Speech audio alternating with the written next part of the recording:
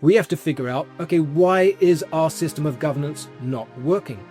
It could be, and this is my suggestion, that our very concept of having a crown at the head and a government who has got an allegiance to the crown, and that oxymoron of that position could be a fundamental issue as to why our government is not actually serving the interests of the people. It is about looking about our government and looking about our system of government, and not just looking at the symptoms. And one of the symptoms right now is open borders, for instance, uncontrolled immigration. One of the symptoms is the fact that the government never seems to listen to us. Once they get into Parliament, they seem to just forget who they're representing. So these are all symptoms, I would say. What is the core issues that has created these problems? That's where I'm coming from. And so for me, one of the core issues, not the only core issue, but one of the core issues may be the actual allegiances that our parliamentarians, our police, our military, our judges, our magistrates are making. So basically, the oaths that those who are in the executive branch, what is their allegiance first and foremost? Where is it coming from and who's it to? And so my take on this is maybe we need to start right at that core principle of where the oath is, because making an oath is no small thing. I'm a man of faith, I'm a Christian. And so for me, actually making an oath is not just a verbal, volitional act. It's actually a deeply spiritual act as well. So, when we're making oaths, we have to be careful what we're saying and to whom we're saying it, because it has ramifications. It affects our whole outlook on life. And so that's why I really started the petition. This petition, by the way, is part of some other ideas I've got in the pot. So it's not an isolated idea. There are other ideas which I've actually shared on my channel, which I call the Big Five. And the petition is one of those ideas, which I think is a way of needed to recalibrate or to remodel our system. All right, well, let's jump into this petition. What's the petition about? What are you calling for? Right, well, I'll read the petition out to you if I may. Yeah. That's the easiest way. So this is how you would find the petition on the government website. I'll put the link in the description of this video as well. Yep. So you get a little bit of a spiel first. And so the actual headline is Petition to Change the Oath of the Military and the Police. The first little spiel is, because we feel that the present oath of allegiance is out of date and therefore is not fit for purpose in protecting our democracy, many people in Britain are dissatisfied with our democracy, and so we believe we need a change of oath to restore confidence in our democracy again. I put forward the suggestion that the oath for our military and our police be changed to the following. I do solemnly swear to protect and serve the British people, British democracy and English common law, and to protect the land and the borders of the British Isles against hostile forces that would seek, whether by force or sedition, to usurp the British Constitution or our Christian heritage. As it is, it's a suggestion. Yeah. So what I don't want people to do is get caught up with words, because that's not going to help the conversation in terms of, who are the people, etc. Yeah. Those are a bigger conversation, which is involving legalese. I want a broader conversation about who the oaths are made by and to whom, and what is it actually that they are making a promise to uphold. What you just read then sounds like common sense.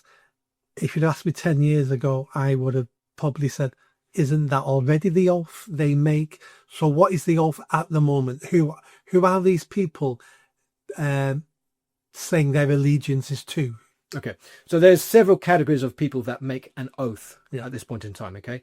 So if you are a normal citizen of Britain, that you're born in the British Isles, there's no need for you to make oaths, okay? So the only reason you're making an oath now is as a vocational act, okay, because of your employment, or there's one other category, and we'll come to that in a moment.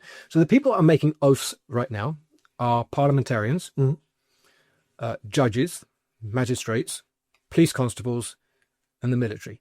Okay, so these are all members of what I would call the executive branch. Either they're officers or they're the administrators of the executive branch. And then there's one other section of people that make an oath, and that is naturalized citizens. Those that are coming into the country and are applying for British citizenship, they make an oath. In fact, they make two oaths. One is an oath of allegiance, and one is a pledge of allegiance. And I'll come to that a little while longer, because both of those are interesting. The issue is that all of those oaths, the primary focus is the king and is the monarch. And for me, that is not working. It's not working, and there's an historical context to that, which we need another conversation about, which I would like to have about why it's never worked. But right now we're looking at our system of constitutional monarchy, and it's evidently not working. Something is broken in the system. Okay. So, like a plumber that goes to the house and tries to figure out what's not working, where the leaks are happening, we have to figure out, okay, why is our system of governance not working?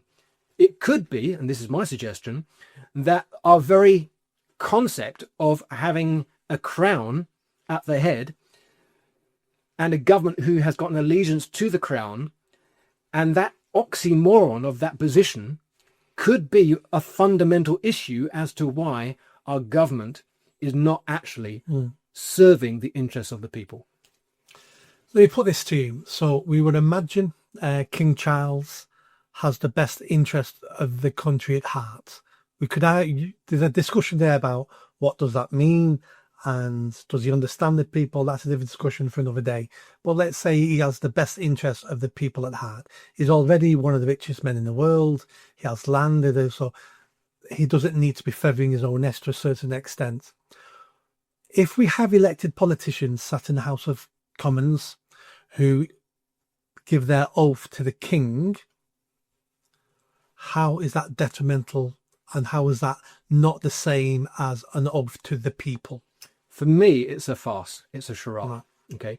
The reason that it's sold to us since the Bill of Rights in 1688, and which was the last real recalibration or remodeling of our governmental system at the end of the Glorious Revolution, the reason why it has appeared to work, I think, is not because of our system of government. I think it's a totally different issue. I think it's totally because of our national identity as a Christian ethos nation.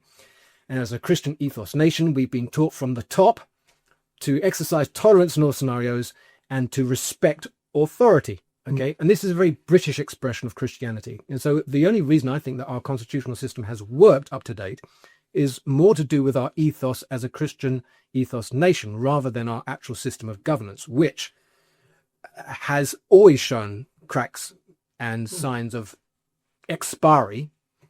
And I think now that we are a post-Christian society, that expiry date for our system of government is coming fast and furious at this point in time. So here's why I think it's a farce. We're in a system in which our parliamentarians make an oath to the monarch. And the monarch considers his parliamentarians his government and also his opposition. Okay? So in a very crude form, the king has the pleasure or the privilege of saying, yes, I am for the people. I don't make the laws. So he's kind of standing there aloof, saying he's representing the people. He doesn't make the laws. But then the parliamentarians are saying, we're over here and we represent the people, but we don't approve the laws. Can you see that circular reasoning? So where does the buck stop?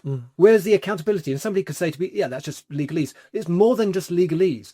It's a mental worldview. Yeah. It's a construct. And so here we have the king saying, I don't make the laws, and the parliamentarians saying that I don't approve the laws. And here's the king saying that ultimately I'm here by divine right, okay, in the Christian ethos. Yeah. And so the parliamentarians are saying that, well, ultimately our laws have divine approval in that mindset. And so in our system that we have now, the reason that we have for so long not countered this construction is because we've always thought, and I call it a myth, that this is God's will. Well, I would say, no, it's not. It's not God's will. This is a farce. In fact, this is a farce of allegiance because there's no accountability between those two things. We're always told that the king has the option of veto. Yes. That the reason that we have a constitutional monarchy is that the king has the power to veto any law that Parliament passes that the king does not consider are in the national interest. This is called, the power of royal assent. Mm. The vernacular is the word veto, right? For people who don't understand, for government policy to become law, the king has to physically sign it off. Exactly. And so that's where the approval comes from, right? So in theory, the king has absolute executive power not to pass that law and to put his signature to. When was the last time the king did that? Or any monarch did that? I don't think it's ever been done. 1708. Right. And even that was for an issue of something called the Scottish militia. Okay, and so the king was probably just concerned more about himself at that point in time than he was about the people. So in essence, the royal veto has never been used. Never. So it's a wonderland. It's a fantasy. It's a parallel universe. It's almost, I would say, a comfort blanket that we're sold to as a people, that the king is there for your protection. He's for the people. But in practice, he's not. It's just a theory that is never, ever used. And here's the other oxymoron to that. We're told that if the king were to ever use his constitutional veto, that would cause a constitutional crisis. Yes. Right? So again, what's that all about? What's the point of having it? What's the point of having it? Yeah. Okay. So the parliamentarians are saying to the king, you use the veto, you're going to cause a constitutional crisis and we're going to get rid of you anyway. Yeah. Right? So that the whole thing's a farce. And so basically we have a king who I would say is a political eunuch. I mean, excuse the phrase, but he's a political eunuch because he's either unwilling or unable to use his veto. So what's the point? All I'm saying is it's a complete farce. It's a charade and it's not helping our system. And if anything, it's giving cover to our parliamentary system to make laws with some form of approval that comes from a quote unquote divine figure, because that's what a monarch is at the end of the day.